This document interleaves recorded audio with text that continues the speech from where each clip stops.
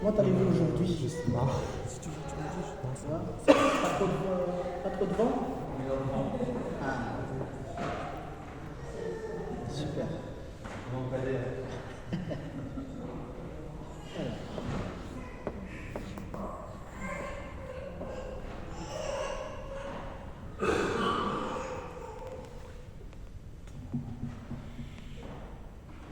Alors, ça fait un moment en fait ça fait à peu près un mois, qu'un ami, un ancien collègue de Dina au travail en fait est venu chez nous et il nous a parlé d'un chant chrétien qui a été écrit en 2009 par un prêtre catholique et donc il a sorti le clip.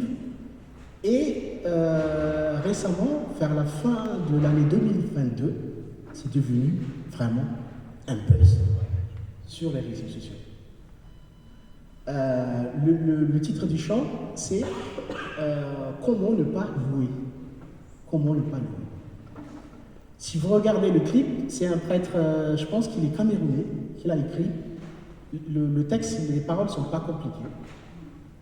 C'est pas très long. Voilà, il y a 2-3 phrases.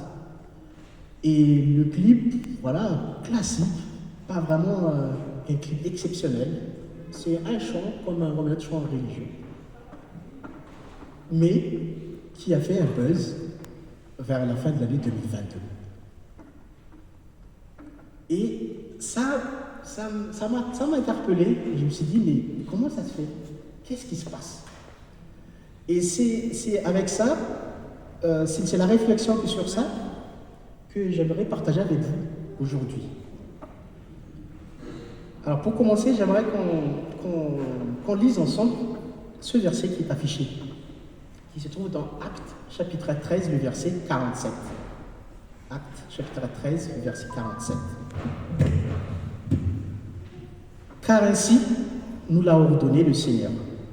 Je t'ai établi pour être la lumière des nations, pour porter le salut jusqu'aux extrémités de la terre.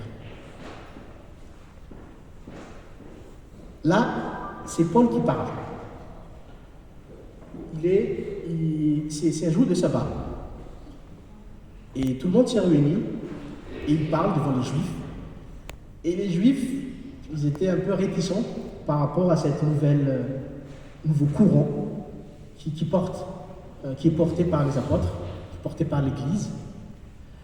Et donc Paul réagit par rapport à cette réticence de ces Juifs et il dit ce verset, car ainsi nous l'a ordonné le Seigneur. Je t'ai établi pour être la lumière des nations, pour porter le salut jusqu'aux extrémités de la terre. Paul est en train de dire que toi tu es juif, tu es censé être la lumière du monde, et maintenant tu ne fais pas ton boulot, mais moi je vais le faire pour toi, je vais porter ce message aux non-juifs, à tout le monde. Et Paul dit que c'est le Seigneur qui a ordonné ça. Donc ici, celui qui ordonne, qui donne l'ordre, c'est Jésus. Il demande aux apôtres, si je transpose le cadre, il nous demande à nous d'être la lumière de ce monde.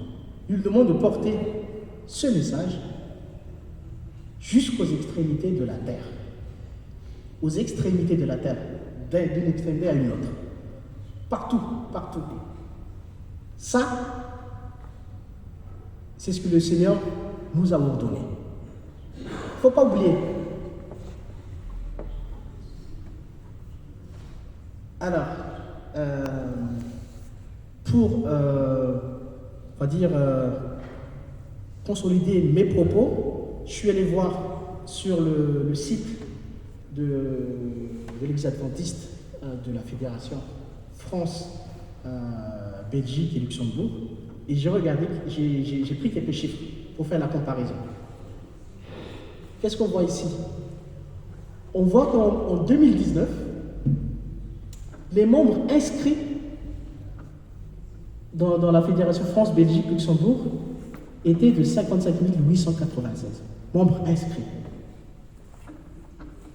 Si on regarde uniquement sur le territoire français, on est à 52 988. Ça, c'est le chiffre. On est combien en France?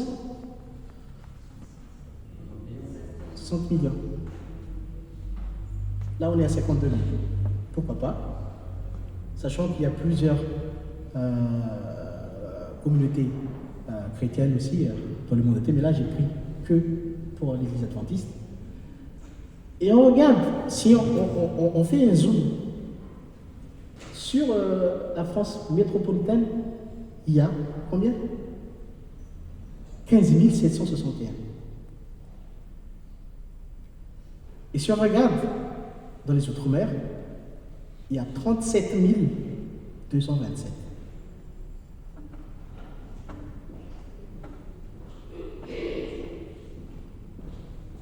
Ça, c'est sur les chiffres.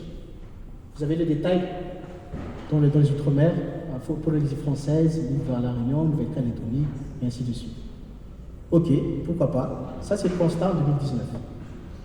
On regarde en 2020. Si vous regardez, les chiffres sont quasiment pareils. On voit qu'il y a quand même une légère croissance, mais voilà, les chiffres sont similaires. Mais c'est pas là où je voudrais vous attirer votre attention, mais c'est là. France métropolitaine, il y a 15 761. J'ai pris un exemple. Au Martinique, qui contient combien? 400-500 000 personnes. Il y a plus de membres inscrits que sur le continent. Et ça, je me dis, mais pourquoi il y a ce constat? Et si on regarde en 2020, c'est pareil.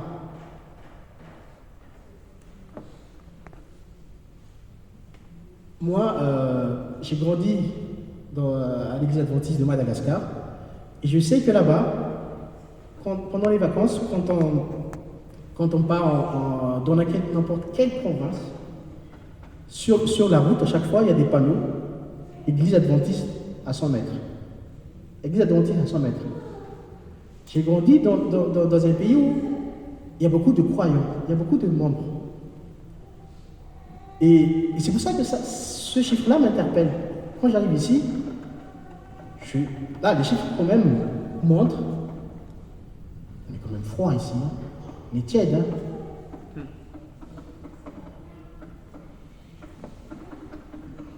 Non, vous n'êtes pas d'accord avec moi ou... Oui. Bien sûr. Il y a quasiment 500 000 personnes de population au Martinique. Et il y en a plus de membres inscrits adventistes qu'en métropole. Est-ce que ça veut dire que, au niveau de l'évangélisation, on est plutôt ici, sur le continent, on est moins ambitieux? Pourquoi il y a cette différence? Et j'ai essayé de répondre à cette question. Et à travers les réponses que j'ai eues, je me suis dit, je vais partager ça pour l'Église, si ça vous intéresse. La question que je me suis posée, c'est quoi le problème? Le Seigneur nous a ordonné de porter un message aux extrémités de la terre. Mais, apparemment, a priori, il y a un problème au niveau sur le continent. Est-ce que le problème, est-ce qu'il vient de celui qui envoie le message, ou le problème, est-ce qu'il provient du message lui-même qui est porté, ou est-ce que c'est un problème qui est dû au destinataire, à celui qui va recevoir le message? Parce que je pense que c'est ça la chaîne de transmission qui existe. On sait que l'expéditeur On a vu, c'est Seigneur. Le message, ça je pense que tout le monde le connaît, c'est le salut. Et le destinataire, c'est le monde. Donc, première question, est-ce que le problème provient de celui qui m'envoie? Est-ce que le problème provient du message que je porte? Parce que souvent, quand on porte un message, mais souvent on n'est pas du tout à l'aise. Parce que soit on n'adhère pas au message qu'on est en train de délivrer, soit parce qu'on n'est pas d'accord avec la conviction, avec la vision des choses de la personne qui nous envoie. Et on essaye de se désolidariser de ce message. Merci. Et la réponse, si on lit le texte qui se trouve dans Jean, chapitre 3, verset 16,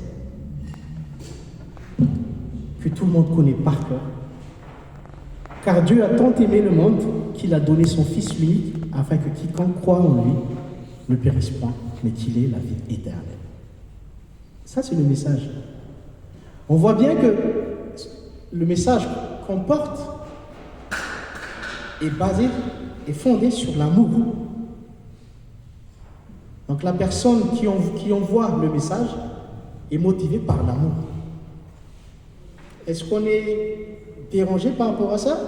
Est-ce qu'on est mal à l'aise lorsqu'on véhicule ce genre de message? Je ne pense pas. Donc, je pense que le message ne vient pas de celui qui nous envoie, ne provient pas non plus du message qu'on doit porter. Par élimination, je me suis dit, c'est peut-être, le problème vient peut-être du destinataire. En effet, on est dans une société qui prône plus des valeurs scientifiques, des valeurs qui est basées sur le concret, que plus une valeur qui est plus spirituelle. Ça, on le sait. Et d'ailleurs, c'est la différence entre ici et à Madagascar, dans les pays africains. Ils sont plus enclins à croire à quelque chose qui est plus spirituel. Mais ici, en France, on n'a plus cette valeur-là. On se dit, ouais, ça tient la route quand même. C'est pour ça qu'il y a ce blocage, que le message ne passe pas. Et c'est là où je reviens avec l'histoire que je vous ai racontée, l'anecdote que j'ai racontée au début. Mais c'est pas si vrai que ça, en fait. Parce que je vais vous montrer une vidéo qui va bien illustrer ce qui se passe maintenant, hein, grâce à ce chant. Je vais vous montrer la vidéo. Vous allez me dire, est-ce que c'est vraiment un problème par rapport à la personne qui va recevoir le message? Comment ne pas te louer, Seigneur?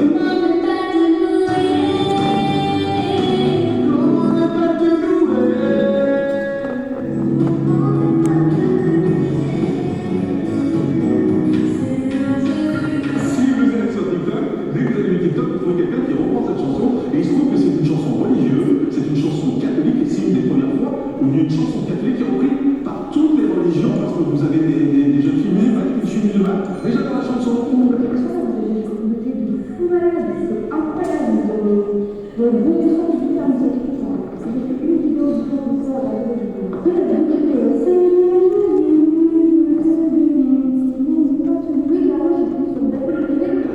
C'est ce qui est devenu le morceau chrétien Comment ne pas te louer depuis la fin de l'année 2022. Grâce à TikTok, tout est parti de cette vidéo. C'est une simple vidéo du lycéen du lycée Kabambaré à Kinshasa. Le son a fait le mouvement sur les réseaux sociaux. Un chant vieux de 10 ans dont l'auteur, un prêtre camerounais, dit avoir atteint sa mission. Il souhaitait transmettre l'amour et éclairer les gens. Le phénomène d'abord partagé entre chrétiens dépasse la sphère chrétienne au point que les athées ou même les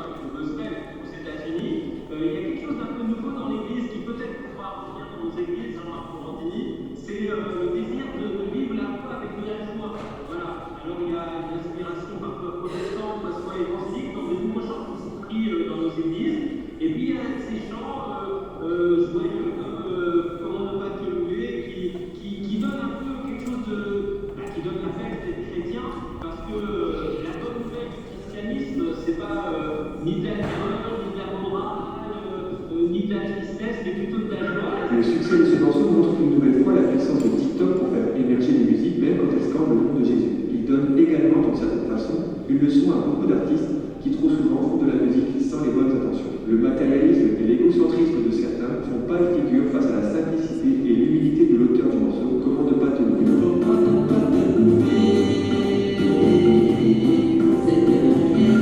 Ce morceau est repris depuis des années par la plupart des assemblées chrétiennes, catholiques ou protestantes. Ça pourrait faire un pactole en termes de droits d'auteur, et pourtant Aurélien Salico ne revendique pas grand-chose à part la joie de voir son morceau diffuser l'amour de Jésus et le partage partout où il est joué. J'ai atteint mon objectif. Car mon objectif, c'est que chacun, athée, chrétien, musulman, on puisse se retrouver tous et avoir une même communication, avoir un même langage de l'amour. Pour finir cette vidéo, je vous propose une compilation des meilleures reprises. D'ailleurs, n'hésitez pas à me dire en commentaire quelle est votre version préférée de ce hit chrétien.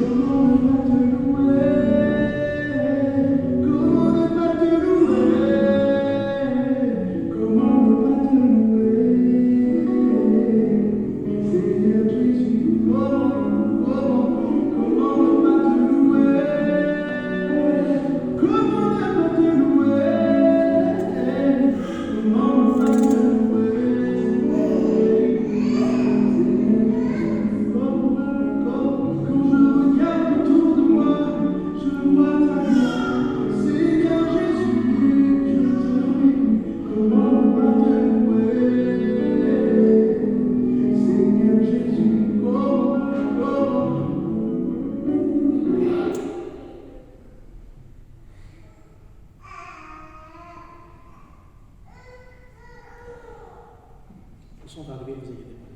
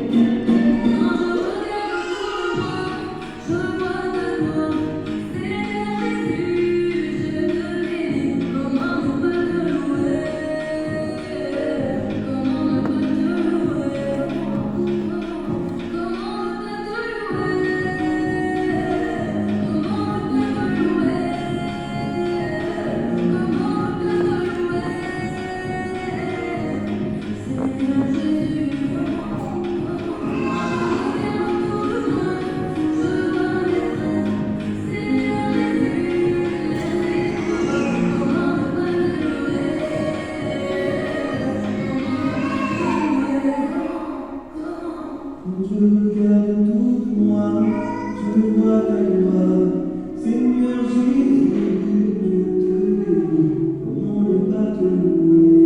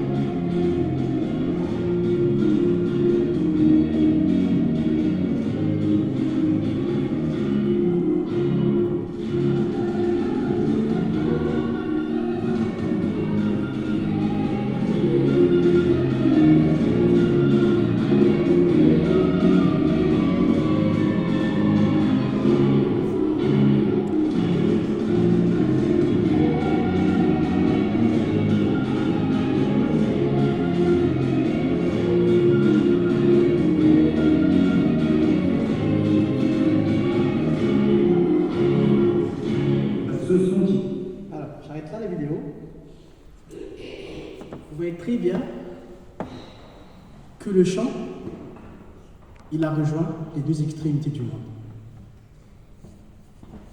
Et c'est ce que je vais vous montrer à travers cette vidéo. La vidéo, elle est jouée par tout le monde. Que ce soit les chrétiens, les musulmans, les athées. Ils ont joué, ils ont chanté le chant. Et vous voyez bien que il y a des jeunes, il y a des moins jeunes, il y a des enfants, il y a des adultes qui le chantent. Tout le monde est touché, toute la catégorie de la population est touchée. Là, ce qu'on a lu dans le texte tout à l'heure a été vraiment mis en pratique. Alors, je ne sais pas si vous avez entendu tout à l'heure, mais Morandini l'a dit que même dans les boîtes de nuit, le chant passe. Même dans les boîtes de nuit. Et c'est ça notre mission. C'est ça le concret. On doit toucher tout le monde. Tout le monde. Athée, pas athée, chrétien, pas chrétien. Toutes les communautés religieuses. Et le prêtre, il a dit, j'ai atteint mon objectif. Parce qu'il parle de l'amour, il parle de la fraternité. Ça touche tout le monde. Et ça, c'est une valeur qu'on a tous. Disons des valeurs communes. L'amour, la fraternité. Qui n'est pas touché par ça? Ça, c'est ça le message qu'on doit porter. Et ça, c'est vraiment un succès pour nous. Donc, comme je disais tout à l'heure, c'est peut-être, ce sont des gens qui ne veulent pas trop recevoir le message, qui ne sont pas trop. Non. Le problème n'est pas là, on l'a vu. Alors, vous avez dû voir le clip original, vraiment classique, pas exceptionnel.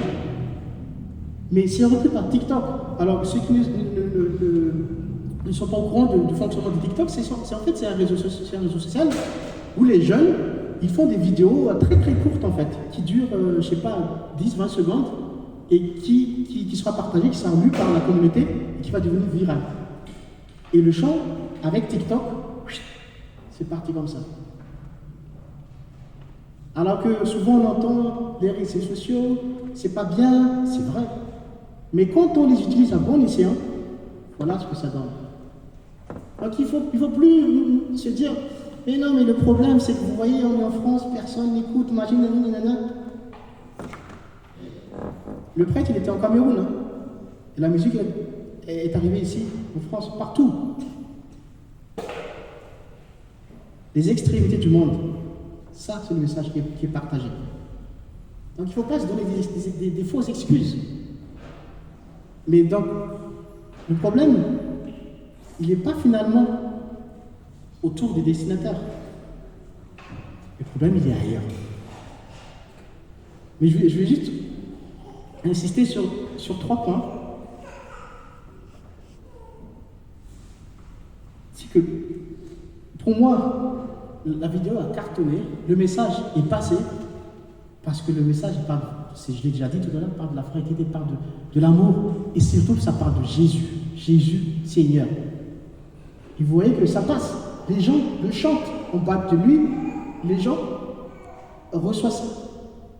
C'est parce que le message, il contient Jésus, donc tout le monde va être touché. Donc moi je ne suis pas finalement convaincu à ce que, non, tout le monde est sourd lorsqu'on parle de Jésus, non. C'est que, il y a un problème, mais on verra tout à l'heure. Je vais essayer de vous dire de ce que je pense, hein, d'où vient le problème, mais en tout cas, par rapport à ça, le problème il provient pas du message. C'est pas le problème de Jésus. Et si on regarde aussi au niveau de la forme, le prêtre il a dit, parce que il y a de la joie, c'est joyeux. Hein? Lorsque vous portez un message, franchement, si vous n'êtes pas joyeux, si vous êtes comme ça, voilà. Vous pensez vraiment que vous allez porter un message pertinent, vous allez percuter? Mais non. Avec le sourire, limite sourire commercial. On sent qu'il y a de la joie. C'est pour ça que les jeunes, ils dansent, ils s'amusent avec ça, parce que c'est joyeux. Et on a parlé longuement par rapport à TikTok. Ce que je voulais en venir, c'est que il faut adapter le message par rapport à notre temps. Il faut adapter la forme. Il faut s'adapter. Là, les moyens qui étaient utilisés, c'est TikTok. Je pense que quasiment tout le monde a un smartphone, a accès aux réseaux sociaux. Donc, on a les moyens. On peut faire quelque chose.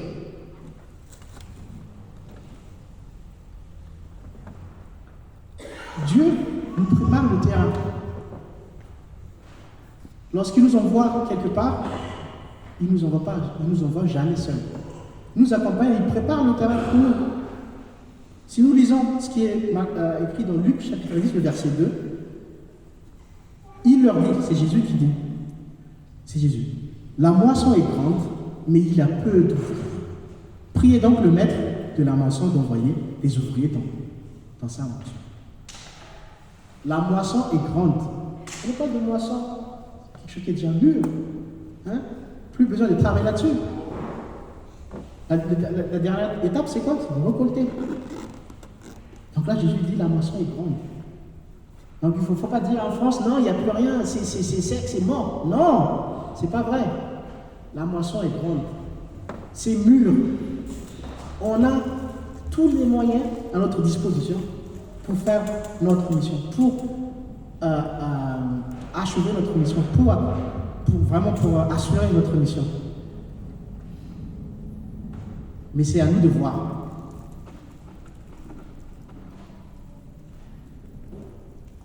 Donc, finalement, je pense que le problème, il est ailleurs. Je pense que le problème réside sur le messager. Le problème, en tout cas pour moi, parce que je n'ai pas réussi à trouver vraiment des failles, on va dire, qui est irréversible sur les 3 points dont j'ai parlé tout à l'heure. Je lui dis, le problème provient peut-être de moi. C'est moi qui porte le message qui est finalement un point bloquant. Je m'explique. Je me suis posé la question, est-ce que j'ai vraiment envie de porter le message?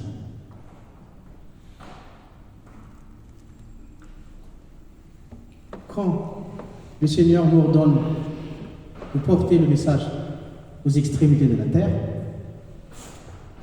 est-ce que moi, j'ai envie de m'exécuter, de faire cette mission? C'est ça la bonne question. Est-ce que vous avez cette motivation pour le faire? Parce qu'on a vu, on a les moyens, les moissons sont grandes.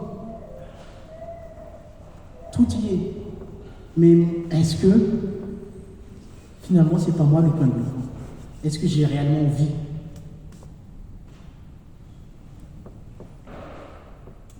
Alors, je pense que la réponse à cette question, est double en fait. Pour moi, il y a 2 ingrédients qui permettent d'affirmer que oui, j'ai envie de porter le message.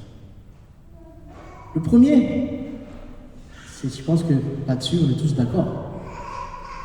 On croit tous au message. On croit que grâce à la sacrifice de Jésus-Christ, on est sauvé. Ça, je pense que tout le monde a cette foi. Je ne veux pas m'attarder là-dessus. On y est, il n'y a pas de souci. On croit au message. Hein? Mais le deuxième ingrédient que moi, je n'ai pas, c'est est-ce que moi, je veux être sauvé? Qu'est-ce que j'entends par ça? Je prends un exemple concret. Dina, récemment, elle a passé son examen du code et elle a réussi. Aussitôt qu'elle a reçu le résultat, qu'est-ce qu'elle a fait? Elle m'a envoyé un message. Elle a envoyé un message sur le groupe WhatsApp et elle a envoyé un message sur les réseaux sociaux. Elle a partagé ce qu'elle a aussitôt qu'elle a eu le résultat. Pourquoi, à votre avis? Parce qu'elle voulait tellement ce truc que quand elle l'a eu, elle était contente, elle était heureuse. Et tellement la joie qu'elle avait, je pense, était plus grande qu'elle ne pouvait plus la contenir toute seule et il fallait qu'elle le partage. C'est sa joie qui la pousse à partager. Parce qu'elle le veut, parce qu'elle est heureuse d'avoir ça. Et si je reviens à votre histoire, maintenant que vous savez que vous êtes sauvés, quelle est votre réaction? Est-ce que vous bondissez de joie? Est-ce que vous allez crier sur le toit? Est-ce que vous êtes heureux de savoir que vous êtes sauvés? Posez-vous bien la question. Moi, ça faisait un moment que je me suis posé la question, est-ce que je suis réellement heureux de savoir que j'ai été sauvé? Et ma réaction, je me suis dit, c'est pas normal, je dois bondir de joie. Je suis sauvé. Si j'ai pas cette réaction-là, cette ébullition, cette excitation, c'est que, au final, je ne comprends même pas, je ne suis même pas conscient de la valeur de ce que j'ai, au final. Faites l'exercice, hein. Posez-vous la question, est-ce que je veux réellement être sauvé? Est-ce que la réaction que j'ai est pareille? Est-ce que lorsque je reçois quelque chose que j'ai tellement souhaité, que je l'ai lu? Posez-vous la question. Et c'est pour ça que quand vous portez le message, en fait, vous êtes... je caricature, je parle de moi. On est comme ça. Il n'y a pas de conviction, il n'y a pas de... Parce qu'on ne se sent même pas concerné. On y croit. C'est pas qu'on n'y croit pas, mais on ne le vit pas. On n'est pas impliqué là-dedans. Et c'est ça le problème, je pense. Il n'y a pas ce truc. Si on était réellement content et heureux de savoir qu'on est sauvé, qu'on va vivre avec Dieu éternellement, si on est conscient de la réalité de ça, si on veut vraiment, ben c'est ça. Ça devrait nous pousser à dire à tout le monde. Mais pourquoi on ne le fait pas? Donc posez-vous la question, est-ce que vous êtes vraiment conscient de la chance que vous avez? Est-ce que vous êtes vraiment conscient de la valeur que vous avez? Je pense que si on est réellement conscient, le message va passer. On n'a même pas besoin de recevoir un ordre provenant du Seigneur, qu'on va le faire automatiquement. J'ai essayé de faire l'exercice, je me suis dit, ok, je vais essayer d'imaginer, je vais me projeter de vivre avec Dieu cette vie éternelle. Vous l'avez déjà fait une fois? Essayez vraiment de vous projeter, de mettre dans le cadre. Et, ok, qu'est-ce qui se passe? Qu'est-ce que je vois autour de moi? Est-ce que vous en rêvez?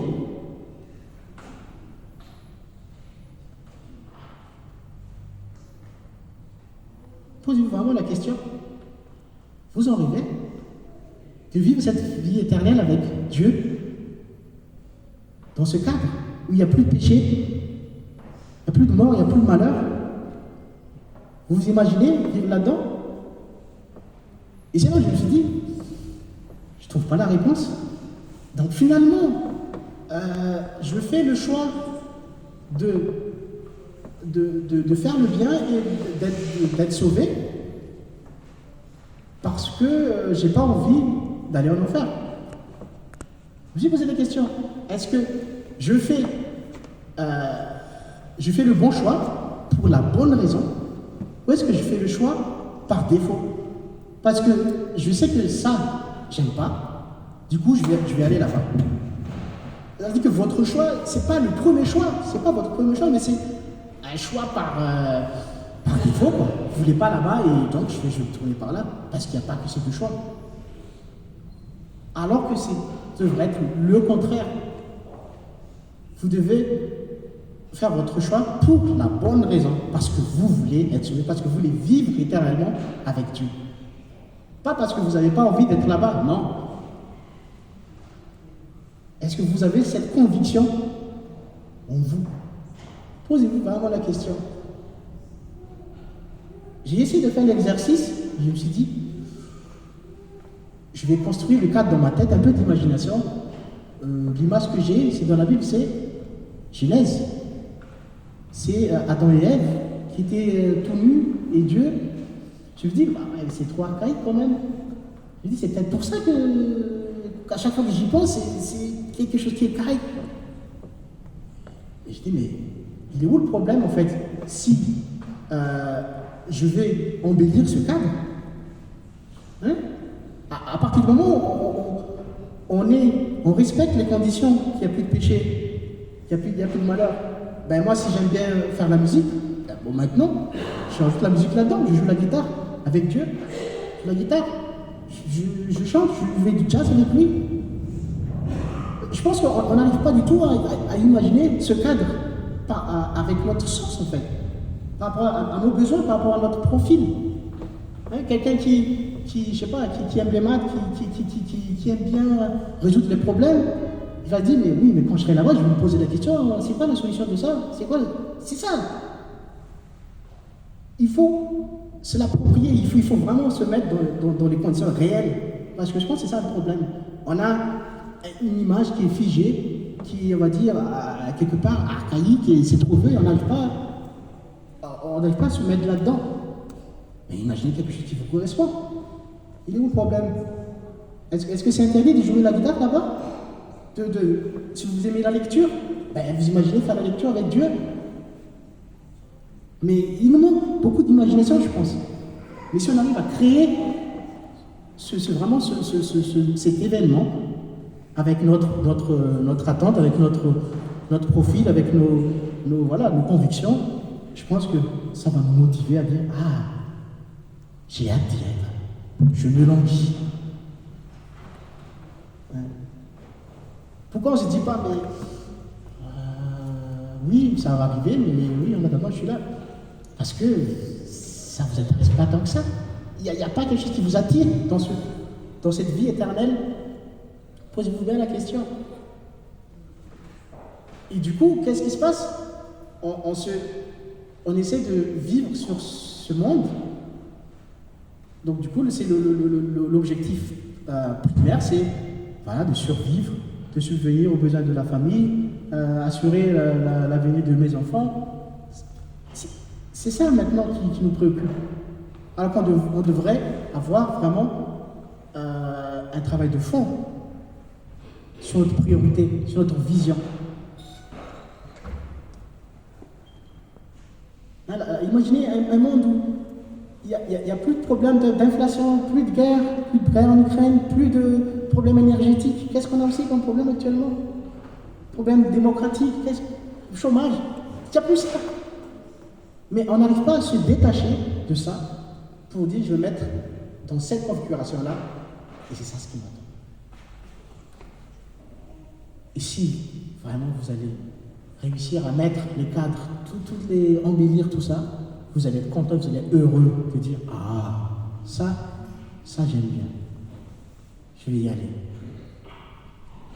Je suis heureux. J'ai hâte d'être là.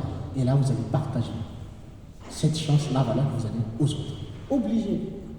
Tellement la joie que vous allez avoir est tellement grande, que ça vous dépasse, que vous êtes obligé de le partager. Pas besoin d'être envoyé pour le partager. Et je pense que c'est ça le problème que j'ai.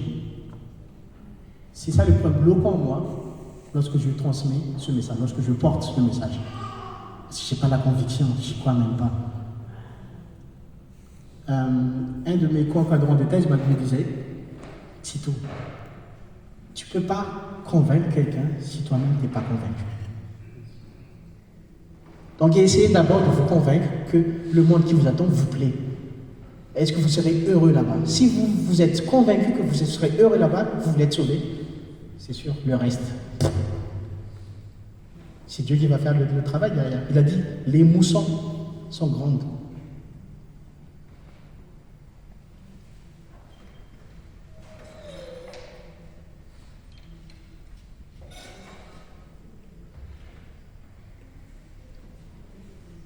Les émotions sont grandes.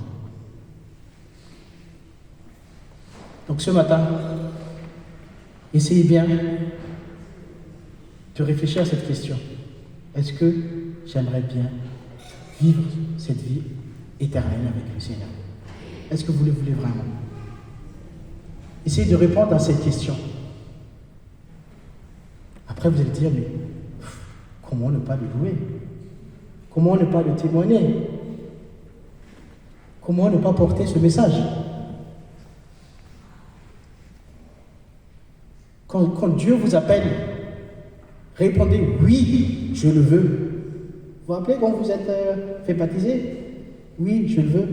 Vous dites oui, je le veux, juste comme ça, ou vous êtes vraiment oui, je le veux, réellement? Répondez à l'appel oui, je le veux, avec conviction, mais pas juste parce qu'il y a du monde en face de moi. Je sais que lui, il veut être là-bas, donc moi aussi j'aimerais y être. Mais non, ça ne se passe pas comme ça. Posez-vous la question.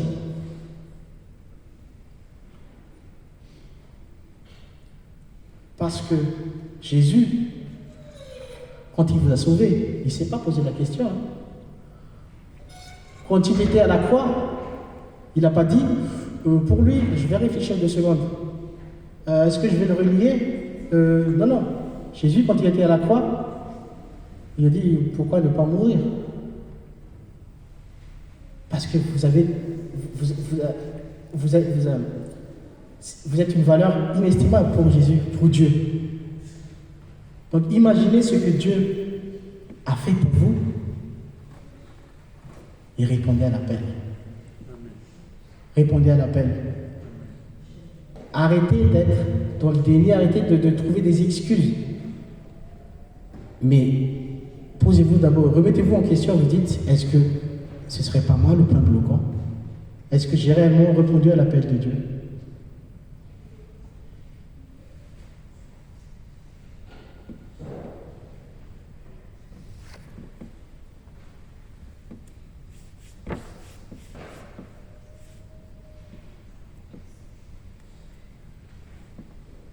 Répondez à l'appel. J'aimerais que celui qui se sente prêt à répondre à son appel, j'aimerais qu'il se lève et qu'il vienne ici devant. Et on va prier ensemble pour dire à notre Père que oui, tu m'as appelé, je suis là, je suis prêt. Je réponds oui parce que je le veux, mais ce n'est pas un choix par défaut parce que je n'ai pas envie d'aller là-bas. J'aimerais que vous réfléchissiez bien à cette question et que si vous vous sentez prêt, mettez-vous debout pour manifester à notre Dieu que vous êtes aussi prêt, que vous répondez à son appel lorsque vous avez besoin de lui, quand lui était sur la croix. Il a tout supporté pour vous, chaque coup de marteau, chaque coup de fouet, il l'a supporté pour vous. Il ne s'est pas posé la question. Il n'a pas dit Titou, il est comme ci, il est comme ça, il a ses défauts. Mais non, il a dit il a ses défauts, mais ce n'est pas grave. Je le veux. Et ça, c'est mon choix. Et il était à la croix parce qu'il m'aime, parce qu'il t'aime, parce qu'il nous aime. C'est son choix à lui. Mais il n'a pas dit je suis là parce que je n'ai pas le choix. Non. Donc vous aussi, répondez à son appel. Prenez le bon choix. Faites le bon choix. Posez-vous la question. Est-ce que je vais suivre Jésus? Parce que je le veux. Je le veux. Je le veux. C'est comme si vous étiez devant l'autel, quand vous dites à votre épouse, oui, je le veux. Faites pareil. Répondez à l'appel de notre Seigneur. Laissez votre mauvaise habitude. Aujourd'hui, Dieu vous réveille, vous dit, hé, ça suffit maintenant. Comment ne pas le louer? Comment ne pas le témoigner après ce qu'il a fait pour nous? Dieu qui nous aime.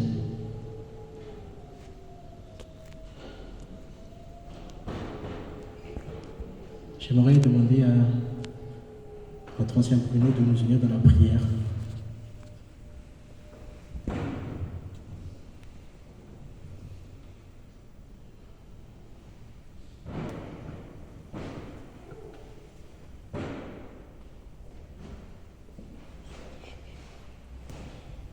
Prions. Seigneur de gloire, Seigneur de bonté, nous voilà devant toi ce midi pour te demander, Seigneur, de nous faire grâce. Tu as accepté d'aller à la croix afin que nous soyons sauvés. Faire en sorte que cet sacrifice, Seigneur, ne soit pas vain. Tu nous as encore parlé ce midi et tu nous as montré combien est grand ton amour. Combien jusqu'à la croix tu es allé afin que nous soyons sauvés. Et par ce chant, comment ne pas te louer? Nous voici encore devant toi, Seigneur, pour te louer, pour t'adorer, pour crier haut et fort tout ce que tu as fait pour nous. Mais Seigneur, nous voulons simplement te demander de nous aider à pouvoir continuer toujours de croire en toi et de nous accrocher à toi. Faire en sorte que, Seigneur, le message que tu nous donnes encore ce midi, Seigneur, nous puissions l'envoyer aux extrémités de la terre, comme tu l'as dit dans ta parole. Et que très bientôt, tu reviennes afin que nous tous nous soyons sauvés et que nous puissions demeurer avec toi pour l'éternité. Seigneur, cette vie éternelle, nous la voulons.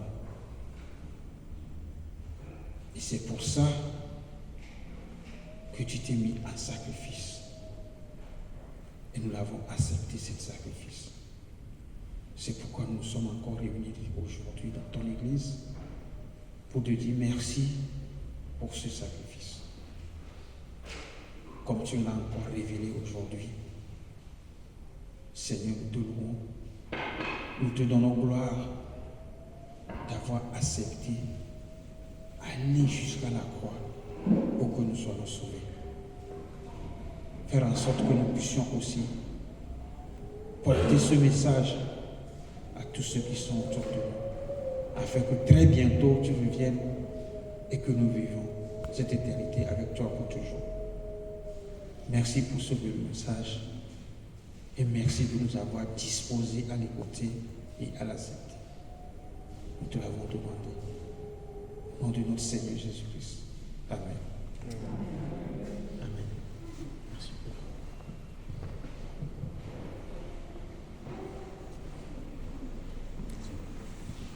Merci pour votre façon.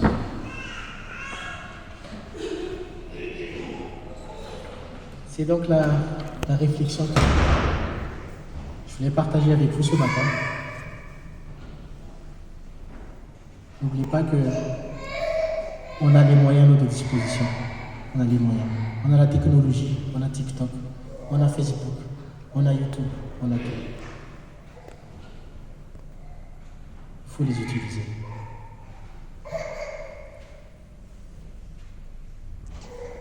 Donc, je ne sais pas si on a un dernier chant pour clôturer.